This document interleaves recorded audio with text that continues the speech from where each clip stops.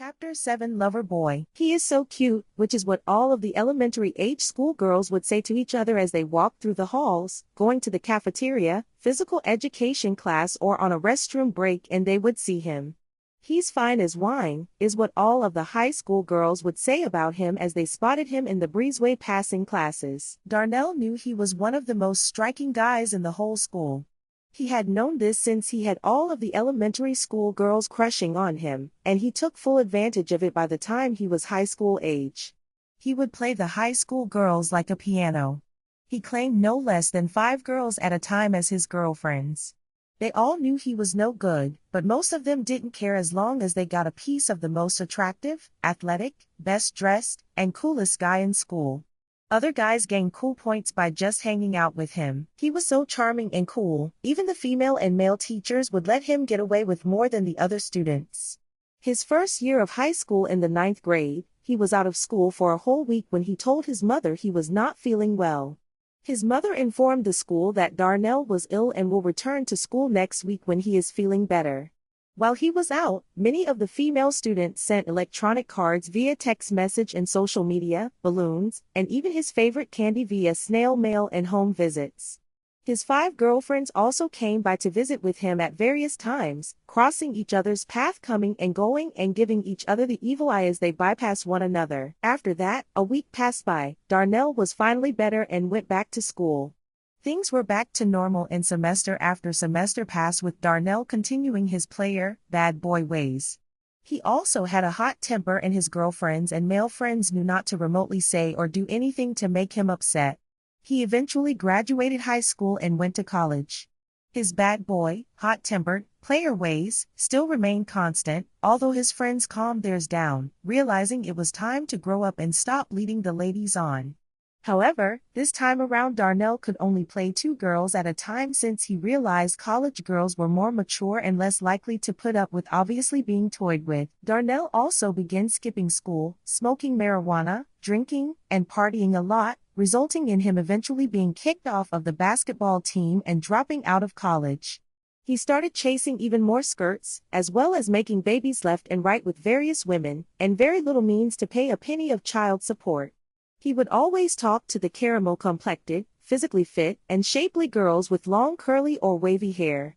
This became the physical criteria the girls had to meet to be a part of these she's, as Darnell would call them. As the years went past, the amount of children Darnell was fathering began to increase, as well as the women who were bearing them.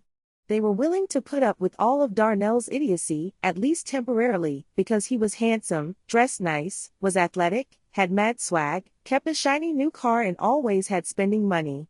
Little did they know, it was because although he was over 30 by now, he was still living at home with his mother who didn't require him to pay any bills. He would also get by living house to house with different women until they eventually became fed up, put him out, and he would go back home to his mother's revolving door until the next caramel cutie, as Darnell would refer to them, would take him in, which was never very long with Darnell's good looks and prowess with women. This continued to go on for years. He would sometimes even recycle his children's mothers along with meeting new women as well.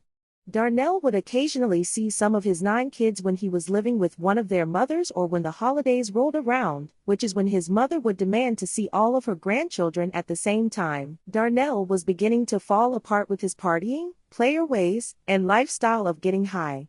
He started lacing his marijuana with cocaine and drinking heavier. It eventually caused him to have his car repossessed. He ceased dressing nice and used the extra money he had solely on drugs and alcohol.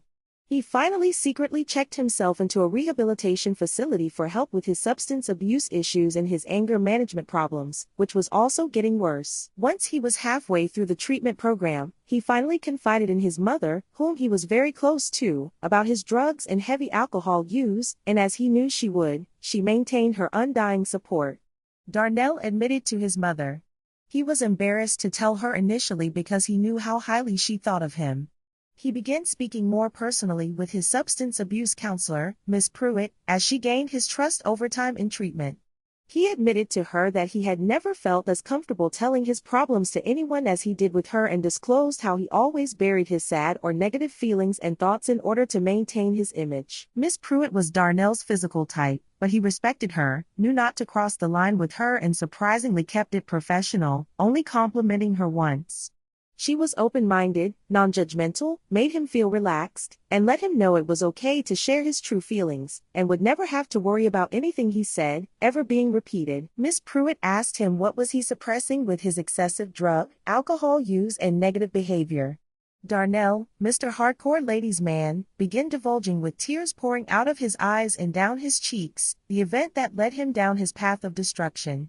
He said to the counselor in a serious, solemn tone, "I have never revealed this information to anyone, but I have grown to trust and admire you." Darnell took a deep breath and let it all out while Miss Pruitt gave her undivided attention. "I was assaulted as a young boy by 3 white men as I was walking home alone from school one day through a shortcut I always used near an area that was full of bushes and trees. They jumped out of a pickup truck with huge tires and a loud muffler. I ran as fast as my feet would carry me, but was caught and rushed to the ground. 2 of them at a time held me down while one would penetrate me until they were all done. I initially tried to fight, scream and yell, but I was being subdued by 3 fully grown men and my strength could not compete. I can never come to grips or understand why this happened to me. I continued to have so many women and only date the ones most people see as the most desirable because it was my way of coping and compensating for what I endured as a young boy. Continuing to have so many women and children, sadly over the years in some sick twisted way has helped me with what they took away from me, my manhood. This is the only way I know how to deal with this trauma I live with every day. However, now that I'm evolving mentally, emotionally and spiritually, I now know that way of coping is warped. I also began getting high as a way to suppress the thoughts of those 3 white men taking me. It seems the older I get, the more vivid the thoughts and the more frequent they enter my consciousness. I have destroyed my children's lives by bringing them into this world and not being there for them. I have also devastated their mothers' lives by playing with their hearts and minds as a way to deal with my own personal issues, and I have damaged myself by poisoning my body with drugs and alcohol as a way to suppress the thoughts of that dreadful day after school that I will never forget." Darnell went on to reveal to Miss Pruitt how he took a week off when he was in school and told his mother and friends he was ill from a stomachache, feigning diarrhea and vomiting, so that his mother would believe him following the gang assault. "I was too sore physically and screwed up mentally to get out of bed for a week, but didn't know how to tell anyone the truth about what happened until today, almost 25 years later. This incident is also the reason why my anger management issues increased, and I recently came to this epiphany while seeing you for therapy." Time goes on and Darnell continues therapy and successfully completes substance abuse treatment and anger management classes. He is still a work in progress learning to deal with his past and move forward without being angry, using women or drugs and alcohol to cope. He still keeps in touch with Miss Pruitt and tells her he is not sure if he can or will ever inform another soul about that incident, but feels liberated now that he is no longer carrying that lifelong secret around that was beginning to burden him more and more as time passed. A thought to ponder: one never knows the reasoning of someone's behavior. They don't get a pass for hurting others, but there is usually always a motive.